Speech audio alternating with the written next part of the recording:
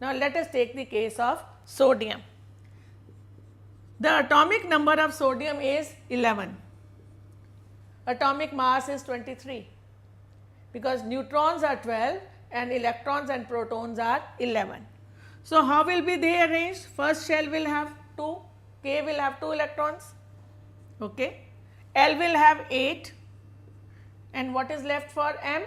Only 1 electron. So, it is not satisfied, because the outermost orbit must have 8 or 2. So, this is not satisfied. So, whenever anybody is not satisfied, even a small child, when it is not satisfied, it is cranky all the time, it is crying all the time. Now, you understand why sodium is so reactive? Okay.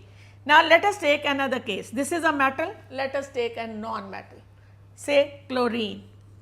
Now, in case of chlorine, what we find is that the atomic number is 17.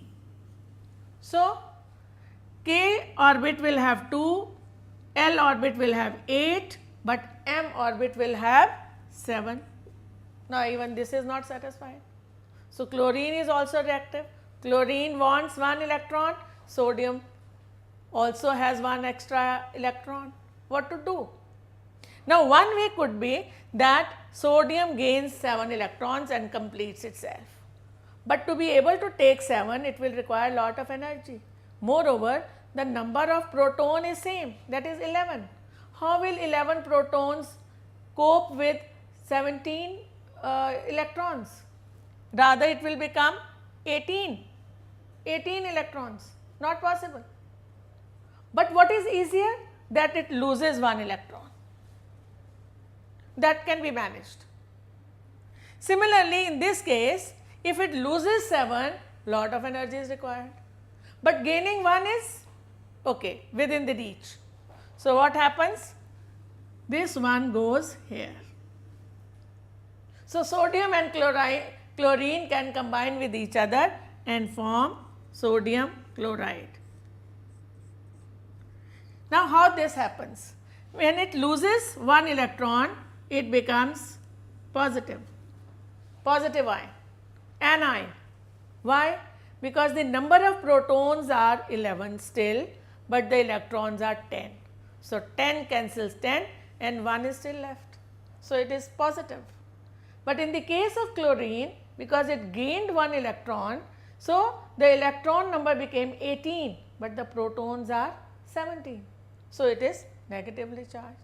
Now, they have become best of the friends, because one needed to give 1, another wanted to take. So, it is a relationship of give and take. Such compounds are called ionic compounds, and their bond is called electrovalent. You also like those friends who sometimes help you and sometimes you help them. Will you like a friend who is all the time only asking help? Probably no. So, here also what we find is that those elements which have a give and take relationship develop a stronger bond, the electrovalent bond. This is also possible in those elements which require more than 1 electron. For example, let us take the case of calcium. Calcium, the atomic number is 12. So, the configuration will be 2, 8, 2. Now, there are 2 electrons which can be given away. So, if it is in the contact of chlorine, then 1 atom of chlorine cannot satisfy this, because 1 electron it will take. What about the second one? Which means it will require 2 chlorine atoms.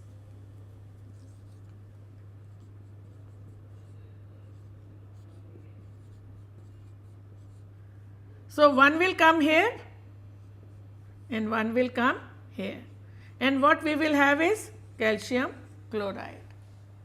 Similarly, with aluminum, it will be 3, because the atomic number of aluminum is 13. So, it can give 3 electrons. So, it will need 3 chlorine atoms to form aluminum chloride. Now, on this basis, we can clearly understand why ionic compounds show certain kind of properties. So, let us see what are the chemical properties of an ionic compound.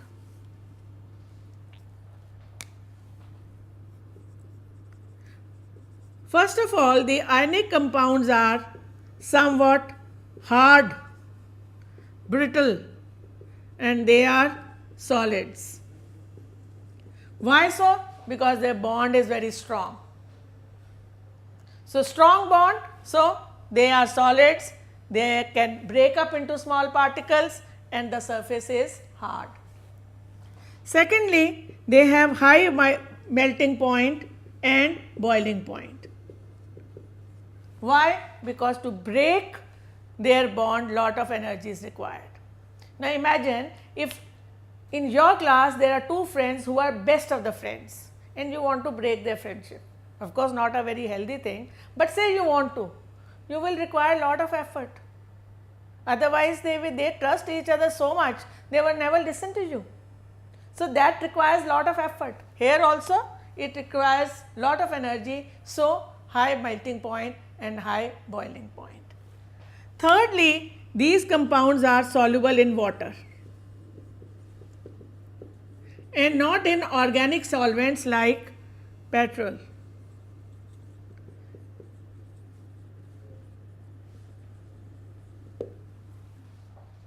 Or kerosene oil. Fourthly, in a molten state or in the solution form, the electric current can pass through it. Why? Because actually a sodium chloride or an ionic compound is only an aggregate of ions. So, the moment electric current moves, these ions start moving. Now, the positively charged ions will go to the negative charge and the negative will go to the positive. So, in the case of say sodium chloride, sodium will go to cathode and chlorine will go to anode.